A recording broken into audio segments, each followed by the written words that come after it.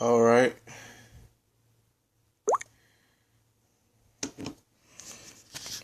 Okay. Well, good morning. This is Jermaine Thomas, and I'm broadcasting live on Periscope from my phone. Like I said, I was trying to use my tablet, and for whatever reason, it's not working. So I guess I had to use my phone here and and do my Periscope. This is my first live Periscope. I'm not new to live broadcast, but I'm new to live broadcast on Periscope. So welcome. If you're watching this, you're probably watching this live. If not, I'm going to post the replay on Facebook, and then I'm going to upload the video to YouTube as well. So this is just an opportunity I'm going to use to give an introduction to who I am and what I want to do with these periscopes and titling them Mind Your Mind with Me on Periscope. I wanted to raise awareness about mental health and mental health illness, and just the overall mental health period, and just offering some preventative measures that we can take to avoid things like stress, to help a loved one that may be in an addiction, offer tips, strategies to help someone that may be experiencing some type of trauma in life, grief. So just offer some pointers and tips on how to help a loved one or a friend or even a coworker that's experiencing some type of situation or circumstance that's causing some grief, or a person that's depressed, or even yourself that may be dealing or battling with some form of depression. So this scope is to raise awareness. I'm going to talk about topics, subjects that may be controversial. My target is to address maybe some issues in the African American community as well, revolving around mental health and mental health issues. Sometimes mental health or mental illness is a taboo subject for us in the African American community, because of labels. Nobody want to be labeled crazy, wear those type of titles. But I hope that this will be educational, informational for you. And I'll be doing like topic series and just give you kind of like a background of me and where I come from and what I do. I'm originally from Chicago. I'm here living now in Bourbonnais, Illinois, and I work in the Kankakee area. I'm 37 and I'll be 38 next month. Thank you, Jesus. And been in social services for well over 14, 15 years now. And I've worked in various group homes. And shout out to my will always be my first love, my home, Monument of Faith Church. There I work closely with Dr. Hinton in the substance abuse drug outreach program there, Deliverance Through Recovery. And in addition to that, he had a radio program. So big shout out to my big brother, Dr. John Stephen Hinton, and the Monument of Faith family.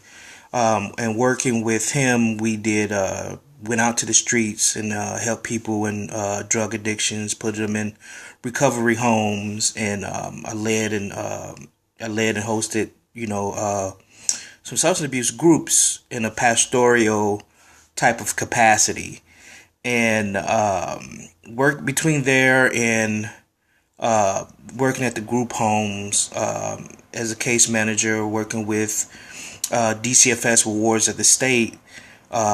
You get firsthand experience. You get hands-on experience and working with individuals who have some degree of mental illness affecting them in one way or another, from diagnosis of bipolar, schizophrenia, and on top of other diagnoses, taking all kinds of medication, but a lot of traumatic history that led to them that led them into that mental illness.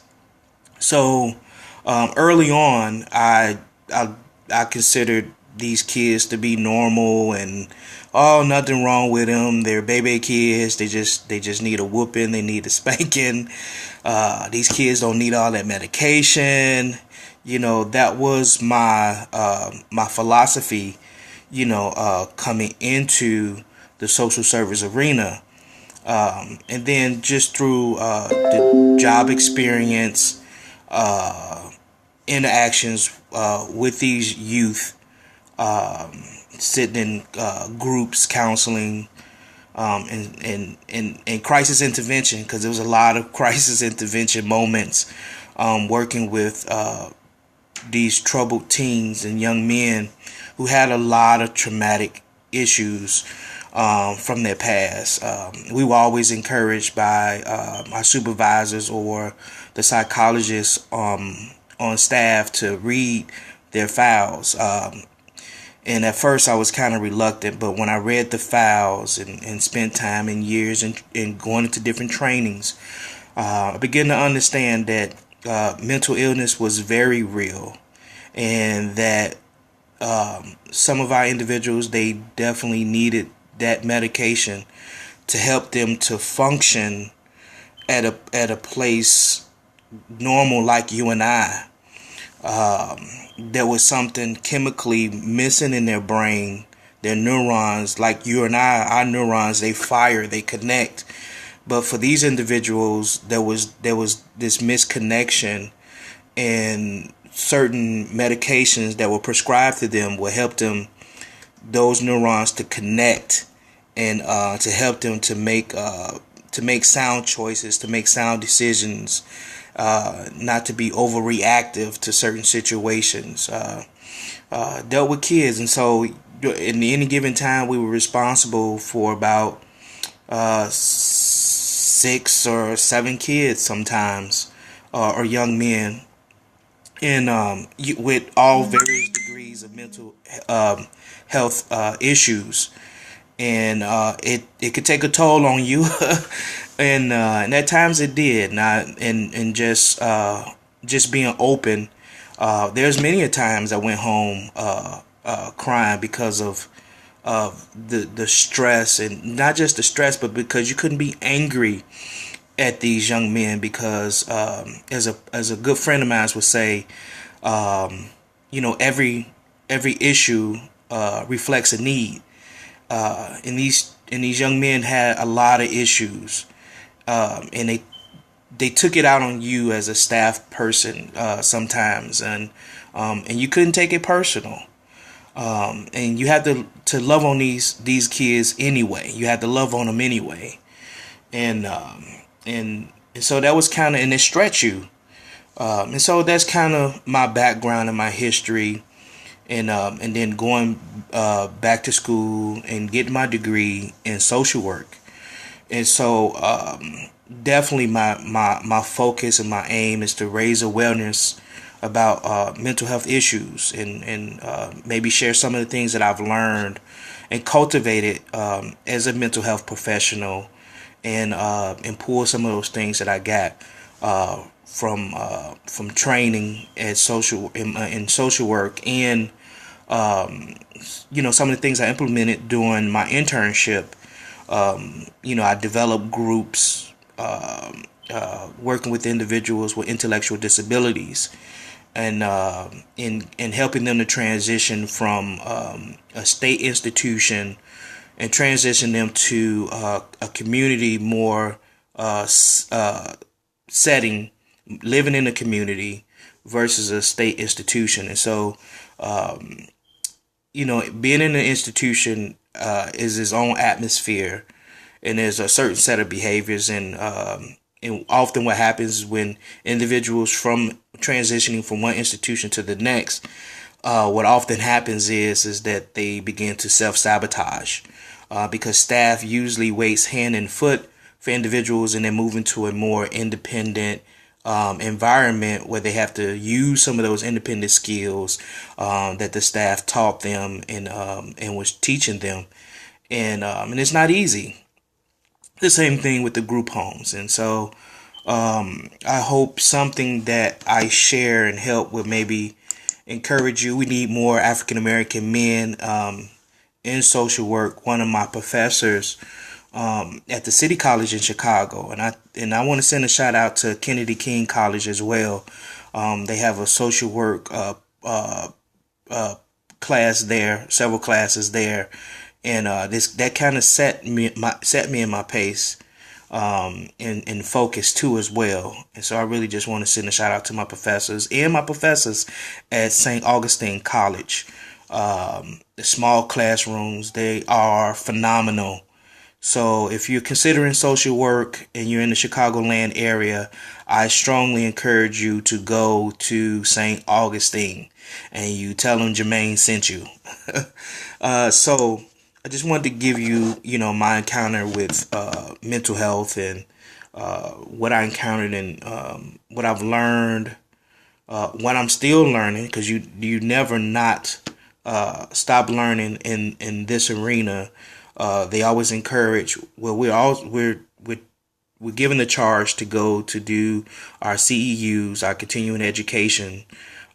So that's one of our core values and principles as a social worker, is to go to trainings to learn, because new research is coming out, and it kind of changes our approach and the different dynamics of social work and interventions and counseling. And so you definitely want to go to training. So if you're in that type of arena, look in your local area, and some of the universities or colleges in your area that may have a psychology, social work department. They may host these events locally within the school. So, and they're not expensive. These opportunities to learn. So if you're working in the community in some capacity, and you're not necessarily a social worker or a psychologist, I encourage you, even pastors, I encourage pastors to go out to some of these workshops. And I can remember one workshop was dealing with individuals in secondary trauma.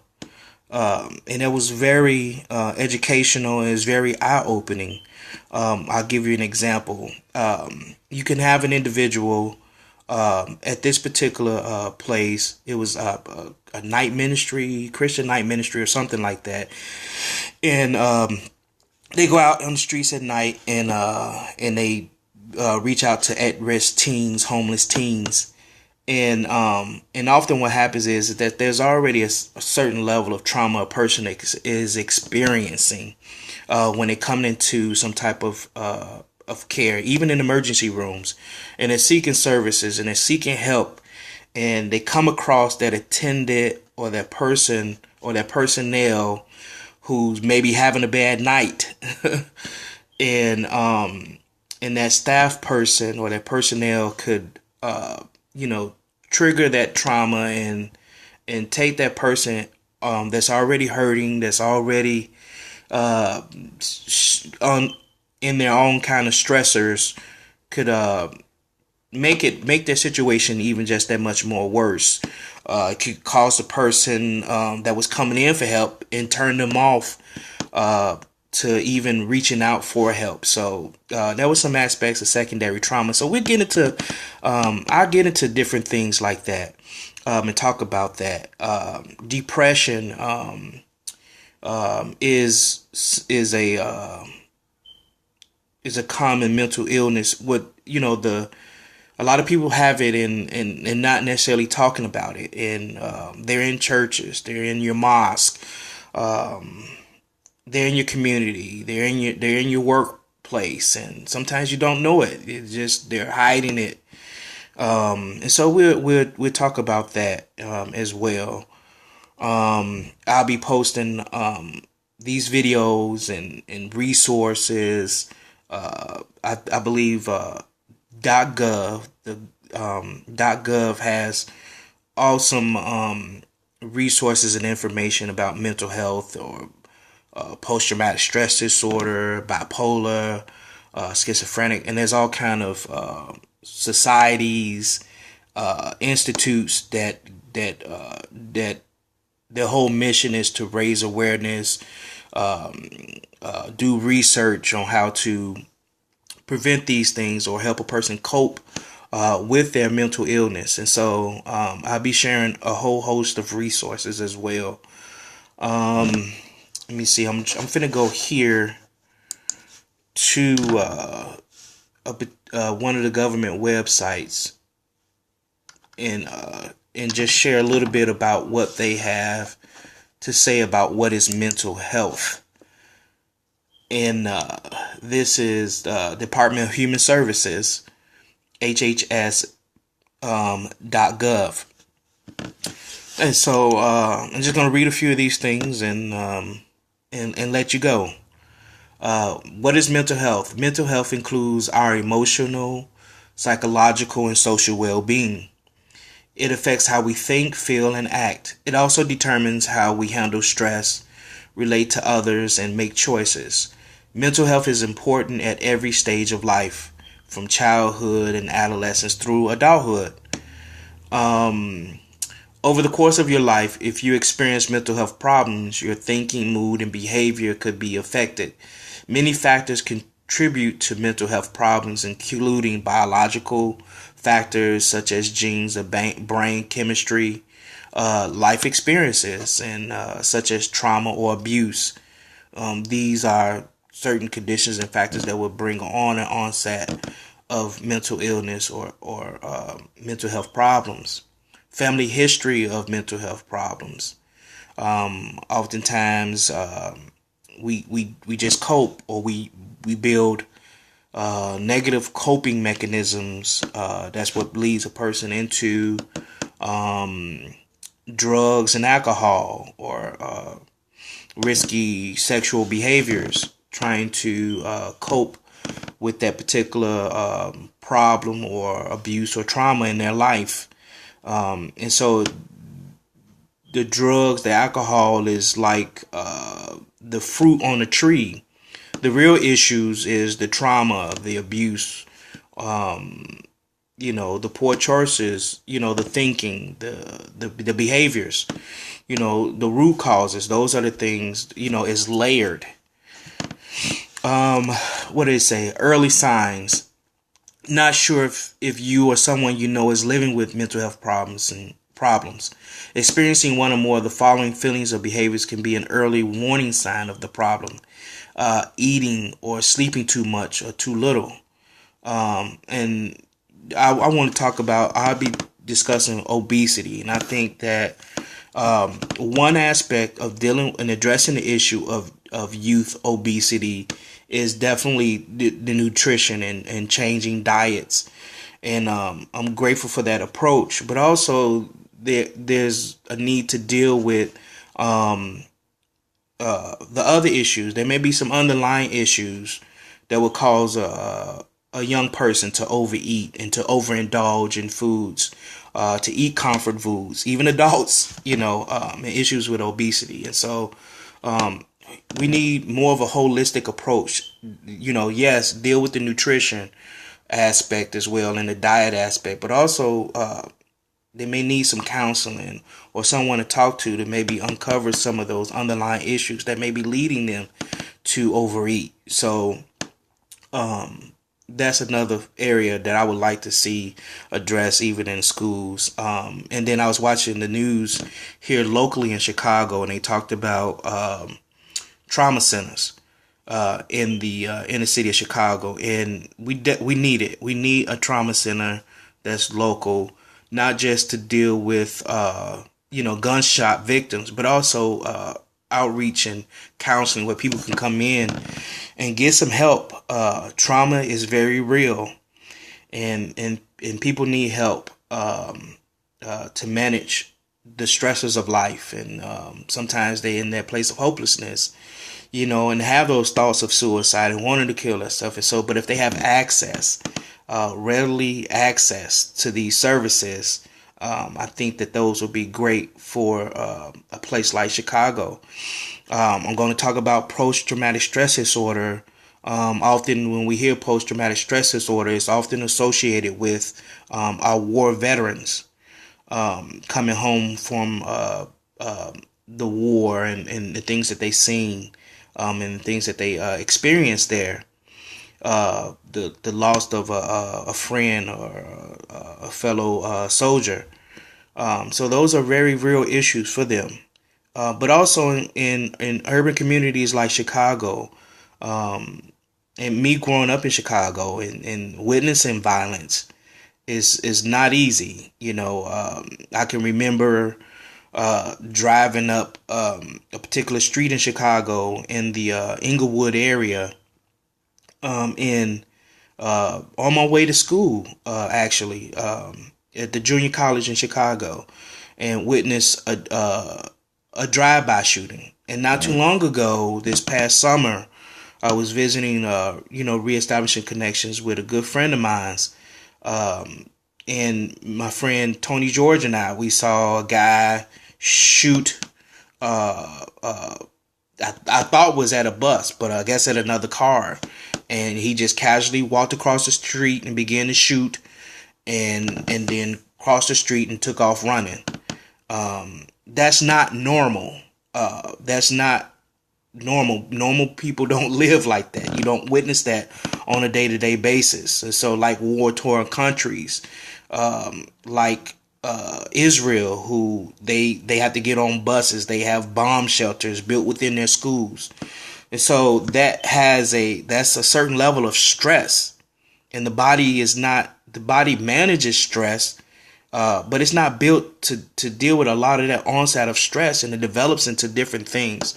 And so I'll definitely be talking about post-traumatic stress disorder in urban communities like Chicago, and some research that's been done on that, even by the Urban League, and it's really shocking. So I'll be talking about that as well.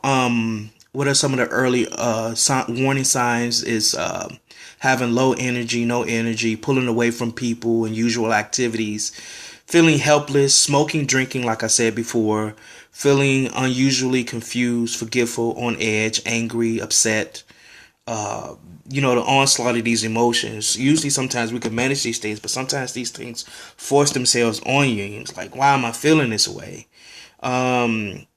And so, having persistent thoughts and memories, you can't get out of your head, and that's kind of some of the things that's associated with post-traumatic stress disorder. Being robbed. A person has never been robbed. There's a certain level of trauma. Having a car accident. You'd be afraid to get back in your car. You'd be afraid you're always looking over your shoulder. So I definitely be hitting a lot of these topics, and some controversial issues too. Another thing that's dear to my heart is talking about domestic violence and raising awareness about domestic violence, as well as substance abuse, and dealing with that, and people with addiction. So I'll be sharing some of those things and insights, some of my own personal experience in a case management situation. And maybe even discuss some scenarios, not divulging people's names or anything like that, but just some cases that I had dealt with, and had to deal with as a case manager. But let me just give you one example of that. I had a young man in our particular program. This was dealing with youth who, at-risk youth. This is an alternative. Instead of putting them in jail, they would send them to our program, and we would do counseling in groups. And a lot of these young men, bright young men from the city streets of Chicago, a lot of them came from broken homes, fatherless homes. Mom worked two or three jobs, and no parental figures, no male role models sometimes in their lives.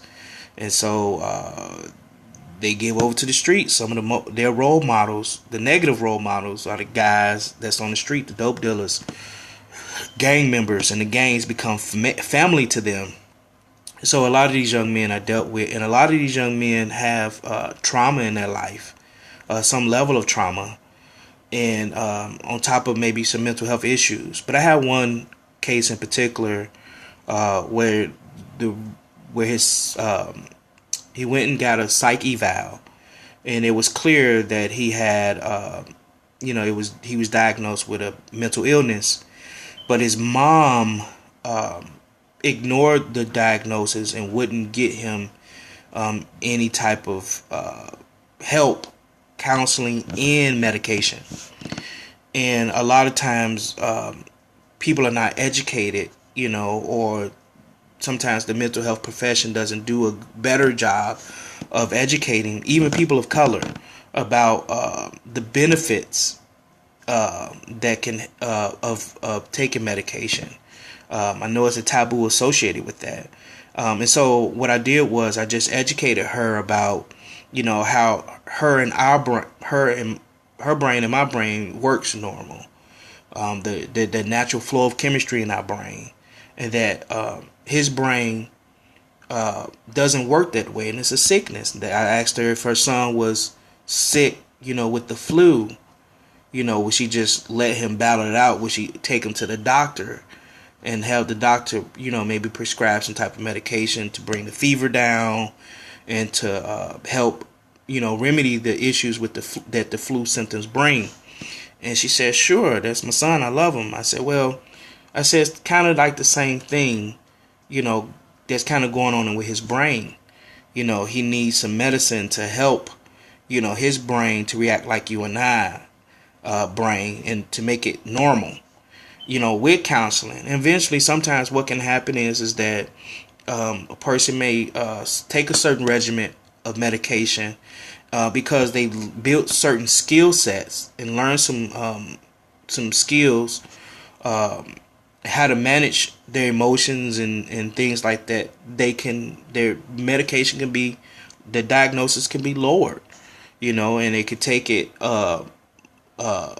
more less than what they would usually take it if they didn't have those certain skills. And so she thought about what I was saying. It kind of made her to think, and she went and got him on some medication to help him deal with his mental illness, and and it was able to balance him out and help him get more focus. So it helps. So mental health and wellness. I don't want to keep you and bore you with all of these things, but I'll be doing more of these maybe Saturday mornings around the same time. And if the time changes, just follow me on Twitter at JT Godson. Get the Periscope app if you're watching this on Facebook, and download the Periscope app and follow me at JT Godson. I'll be attaching this to a YouTube channel, and just posting a whole host of resources. Thank you for tuning in. Thank you for watching. Thank you for sharing these videos. So definitely share these videos. I'm excited about this season in my life, after graduation, after college, and having my degree in social work. There's some community projects that I'm working on in the Kankakee area that I'm excited about as well. So tune in, follow me here on Periscope. So thank you. This is my first live broadcast. So thank you for tuning in.